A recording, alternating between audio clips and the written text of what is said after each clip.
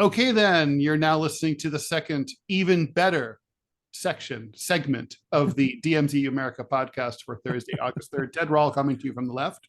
Scott Stantis coming to you from the right. And so the recent poll came out, poll today or yesterday, and it's shocking, Ted.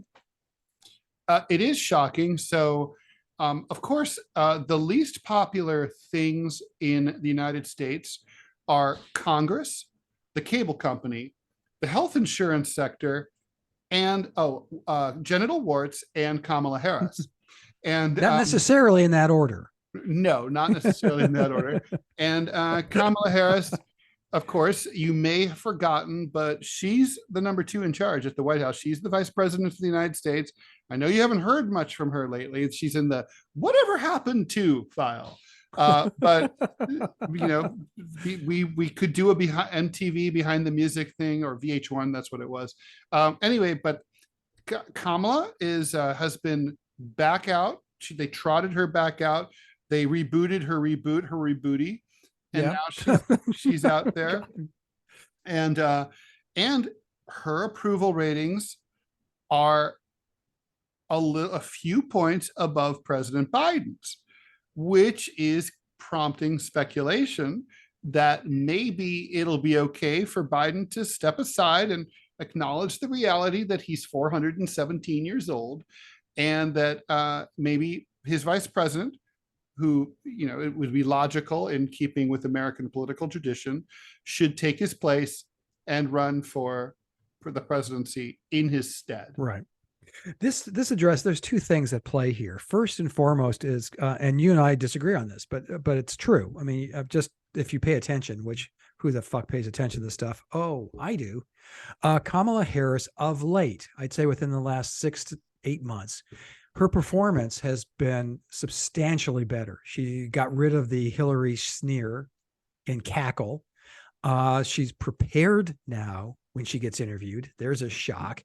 And her speeches are far better than they were. I think prior to this, they were written by some 6th grade civics class in Central Valley of California.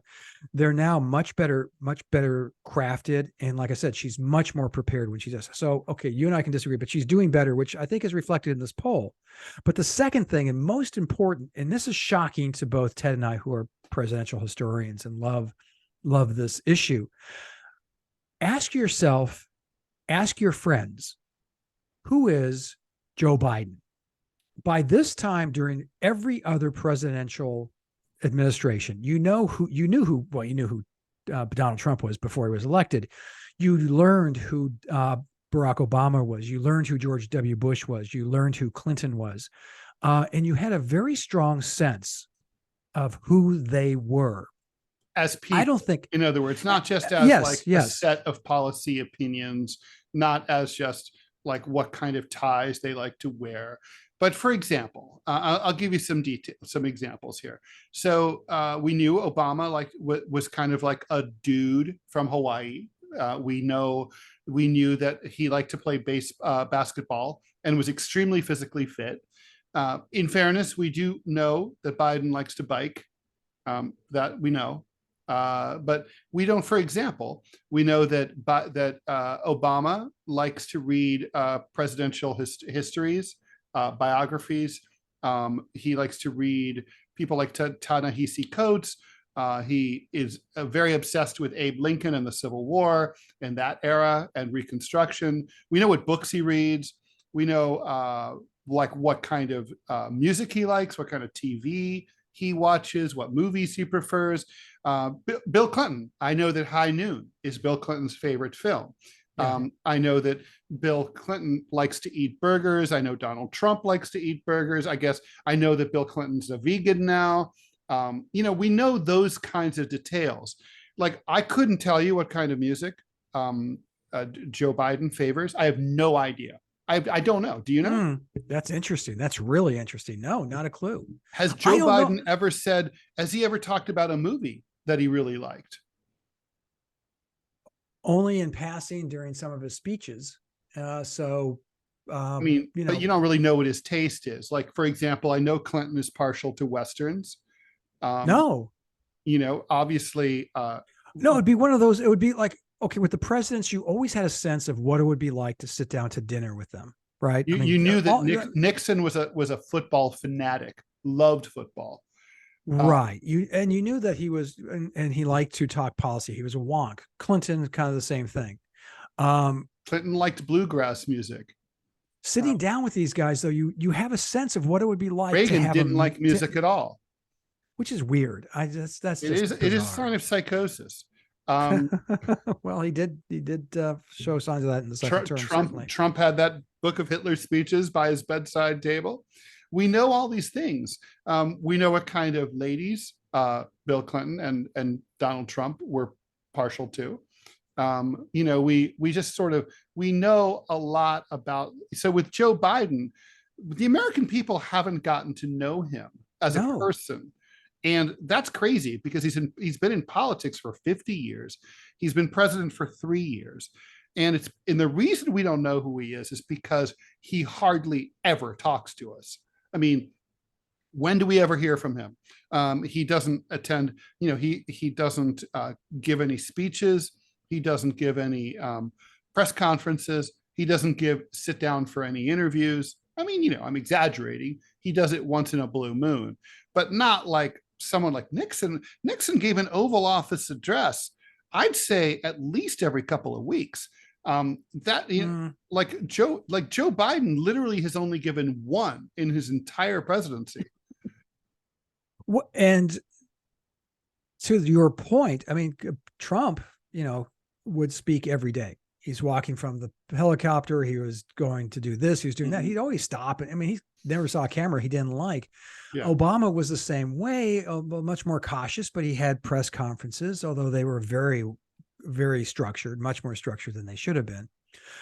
Go back. I mean, John Kennedy, you know what kind of person John Kennedy was, even though we didn't know about the girls, we did know his personality. Again, I come back to it. You can imagine sitting down for dinner with George W. Bush. You knew what that would have been like. You have a pretty good idea. What that would be. Yeah. I mean, it may have been wrong, but I mean, you'd still have it. There is no one in their right mind can tell me that they know or have a strong identity attached to President Joe Biden. Now, we knew who he was as vice president. As a senator, he was, considered somewhat of a goofy guy, but ambitious and clearly, knew the back quarters of power.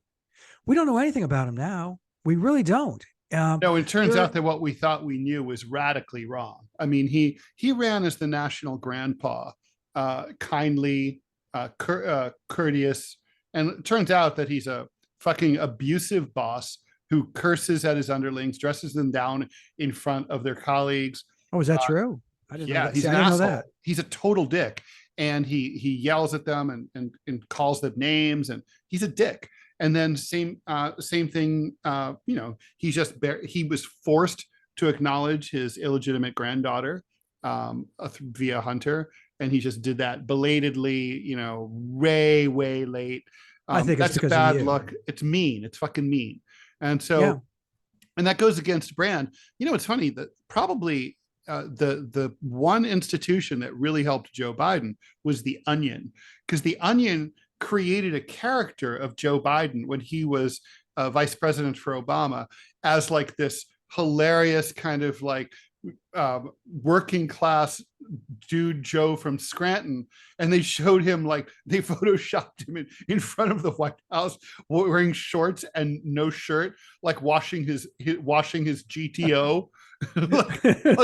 and it kind of like made him, and they created that, and it was completely out of thin air, and I think a lot of people kind of bought into it, like that's kind of who he is. He's Joe from Scranton, even though he hasn't lived in Scranton like forever. So, I mean, I'm more. I don't think Dayton Scranton was in the Union. I don't think Pennsylvania was in the Union at that point. No, I listen. I agree, and that's why the Kamala Harris poll is not as shocking as it first seems, because Americans don't know who the hell this guy is. I mean, even Democrats, even the old Democrats who we're hearing from in our lives, and then the Rob Reiners. Maybe to know him is not to like him. So there's that to consider too. Regardless of the kind of person Scott, he is, no matter how bad anything is, it can always get worse. Well, that's true. But the fact is that he literally could be lawn furniture and people will vote for him because they hate Donald Trump. I get that. I'm one of them. I would vote. I really would vote for just about, I didn't vote for him, but I did. You would vote third party though, right? I mean, I do. And you and I do proudly and without regret. So, yes, that's right. I mean, by the way, it's just, I'm just going to say this for people who are like rolling their eyes. If you don't live in a swing state, you're a fucking jackass and a moron to not vote third party if you felt like it. I'm not saying vote third party just because. I mean, if you prefer the Democrat or the Republican, vote for them. But if your favorite candidate is a third party candidate, vote for them for sure. If you live in one of the, wait for it, 46 states that will not be in contention in the next presidential election. Yeah, 46. That's amazing. Isn't that amazing? That's just astounding to me. I grew up in a country where the South was solid Democratic. Mm-hmm. Ohio was the swing state. That's right. None of that is true anymore. That's true. Ohio is about as red gets. The South is now as red as it can get. So what are the 4 states now? Can you name them? I think it's Colorado, North Carolina. Let's see. Yeah. Georgia. Yeah, I guess. Georgia, yeah. No, Georgia is one of the 4. I looked this up. And and Nevada. Okay. That makes perfect sense. By the way, have you ever looked at a population map of Nevada? I'm dead serious. Nobody lives in Nevada. Nobody fucking lives there. Don't they have just one at-large congressional representative?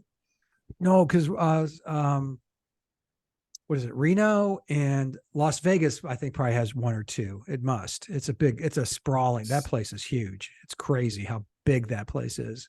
It has become. It's at least one state that just has an at-large representative.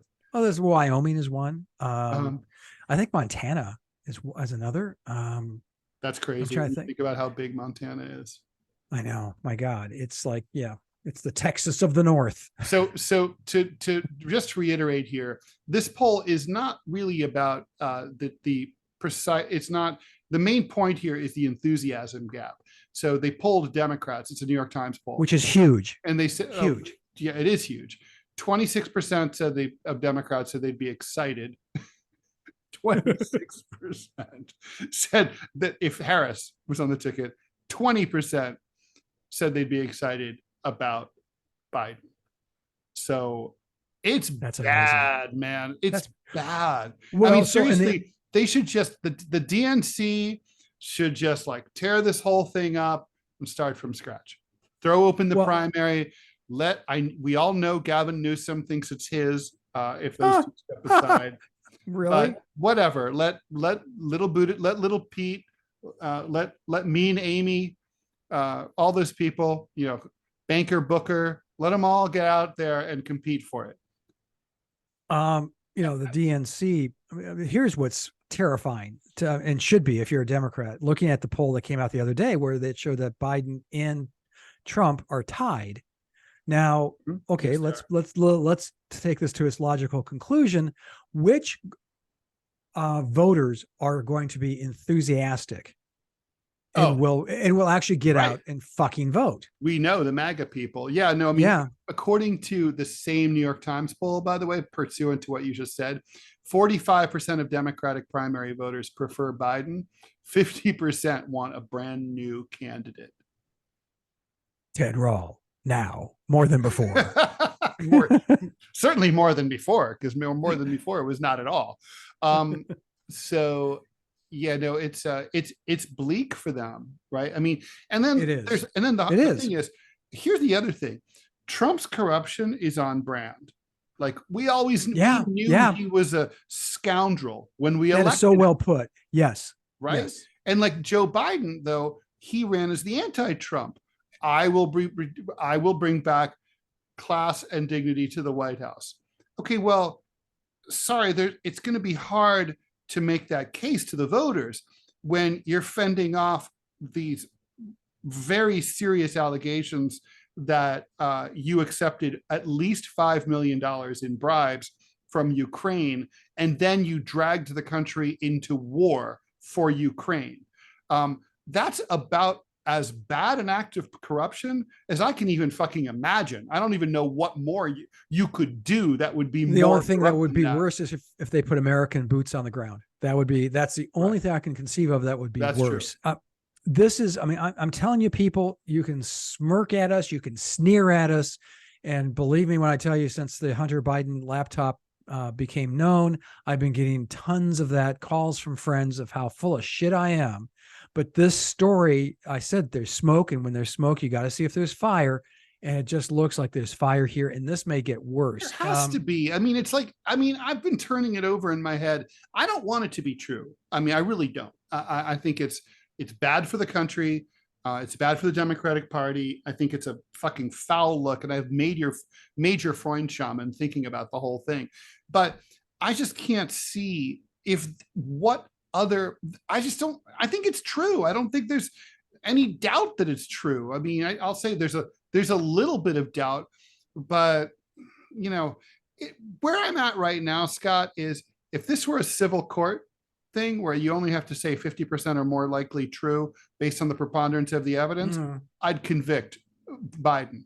If it had to be, beyond a reasonable doubt, 90% or more true, like they're sure that you're true, I wouldn't quite convict, but I'd be close, and I'd have to like bang it around a lot in the jury room. I'm just not sure. I mean, I think he did it. I really do. I think what happened here psychologically, Scott, is that it was 2015 when this all went down, right? So he knew his political career was coming to an end. His beau was dying. His son was going to die like a year later. He knew Hunter was the son who was left, and that he was like really like up his dad's ass, like dad, let's do business. I'm working stuff in China. Help me out. And Joe wanted to help, and he also wanted to line his pockets. And so he agreed to his fucked up, drug-addled son's scheme for influence peddling to China and Ukraine and Kazakhstan, right? And probably other places that I'm forgetting. And basically, it all would have stayed under the rug if the plan had stuck, if he had not ever run again, if he had faded away and become an eminence grise of the Democratic Party, never to be heard from again, it would have been perfectly fine.